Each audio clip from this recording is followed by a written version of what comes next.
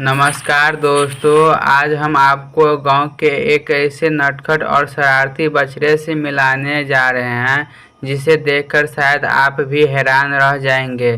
देखने में यह छोटा और मासूम लगता है, लेकिन इसकी हरकतें किसी बड़े पहलवान से कम नहीं है।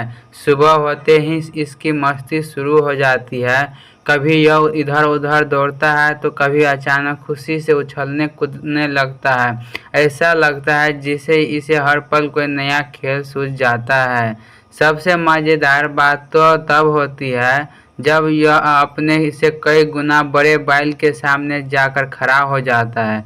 देखने वाले सोचते हैं कि अब यह डर कर भाग जाएगा, लेकिन ऐसा बिल्कुल नहीं होता है। यह बड़े बैल को चुनौती देने की कोशिश करता है और कभी कभी उसे भिड़ भी जाता है। इसकी हिम्मत देखकर हर कोई तंग हो रह जाता है।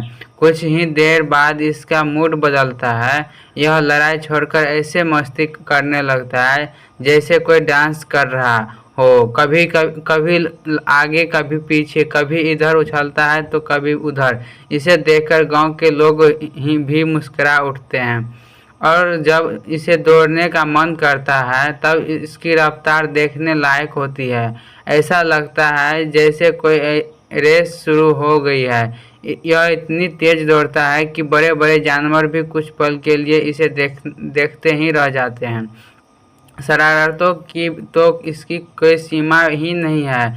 कभी कभी किसी के आंगन में घुस जाता है, कभी किसी के दरवाजे तक पहुंच जाता है। लोग इसे भगाते भी हैं, लेकिन थोड़ी देर बाद यह फिर अपनी मस्ती में लौट आता है। जब खाने का समय होता है तब यह बिल्कुल शांत हो जाता है, बड़े मज़े से चारा खाता है। लेकिन जैसे ही खाना खत्म होता है फिर इसकी शरारतें शुरू हो जाती है। कभी उछलने, कभी दौड़ने, कभी बड़े बैल को छेड़ना और कभी पूरे गांव में इधर उधर घूमना ही इसकी रोज़ की दिनचर्या है।